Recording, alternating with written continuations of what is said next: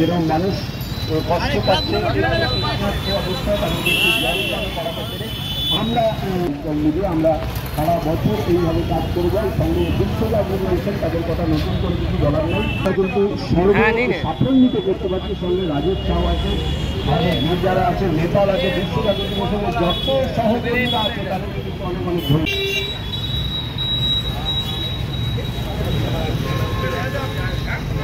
জলের সেবা আমরা মানুষের কাছে দিচ্ছি এবং পূর্ব বর্ধমান জেলা ডিজিটাল মিডিয়া মিশনের বিশ্ব জাগরণ মিশনের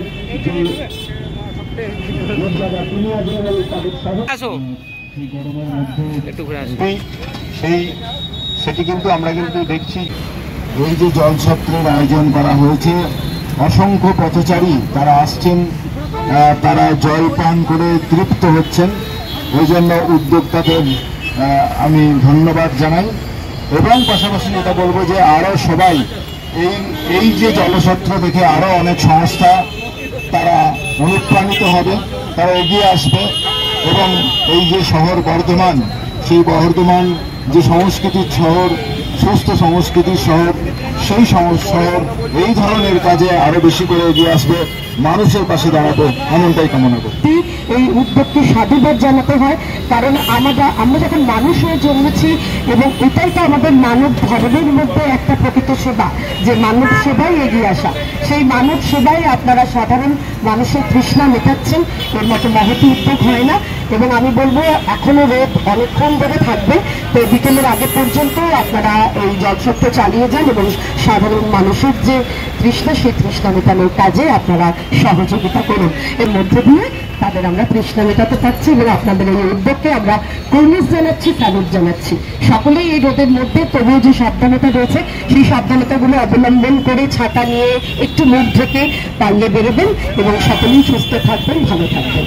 জেলার ডিজিটাল মিডিয়া এবং বিশ্ব জাগৃত মিশন তাদের যৌথ উদ্যোগে এই সুন্দর একটি প্রচেষ্টা, কাজ যেগুলো রয়েছে যেগুলো হয়তো একার পক্ষে করা সম্ভব নয়, নিশ্চয়ই আপনাদের মতো সহযোগিতা পেলে সেই কাজগুলো সহজেই আমরা করতে পারবো।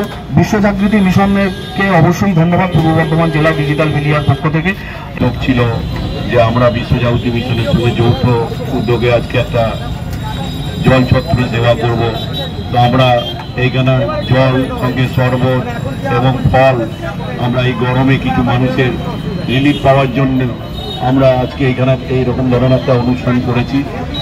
আগামী দিনও করব। এরপরে যা গরম পড়ছে আমরা এটা কিন্তু কন্টিনিউ গরমের সময় করতে থাকবো। আমরা সারা বছর দেখবেন আমরা যে কোনো অনুষ্ঠানে আমরা কিছু না কিছু করতে থাকি, সেবার কাজ আমাদের কাজ। আমরা সারা বিশ্বে জুড়ে আমরা এই ধরনের আমাদের বিশ্ব জাগৃতি মিশন এই ধরনের সেবার কাজ করে আসছে। এই গরম, প্রচণ্ড গরম, এই গরমে মানুষ কিছু আমরা সেবা করে যদি মানুষের যদি কিছু উপকার করতে পারি, এটাই আমাদের কাছে সবথেকে আনন্দের ব্যাপার। বৃন্দকে আমার আন্তরিক শুভেচ্ছা, ভালোবাসা। বিশেষ করে জাগৃতি মিশনের যে সহযোগিতা ডিজিটাল মিডিয়াকে হাত বাড়িয়ে দিয়েছে, জেলা ডিজিটাল মিডিয়াকে, তার জন্য আমরা জাগৃতি মিশনকে অনেক অনেক ধন্যবাদ জানাচ্ছি। প্রথমে ধন্যবাদ দিতে চাইছি যে আমরা যে সেবা দিচ্ছি, সেবার যদি লোক না থাকে নেবার জন্যে, তাহলে আমরা কোনো কাজ করে কোনো আমাদেরই নেই। আজকে আপনারা আসছেন, আমাদের সহযোগিতা আপনারা করছেন। এই যে রোদে গরমে কাজেতে বেরিয়েছেন, আমরা যে এখানে গ্লুকোজ দিচ্ছি, তরমুজ দিচ্ছি, আমপান্না শরবত দিচ্ছি, সেটা আপনারা এসে পান করছেন।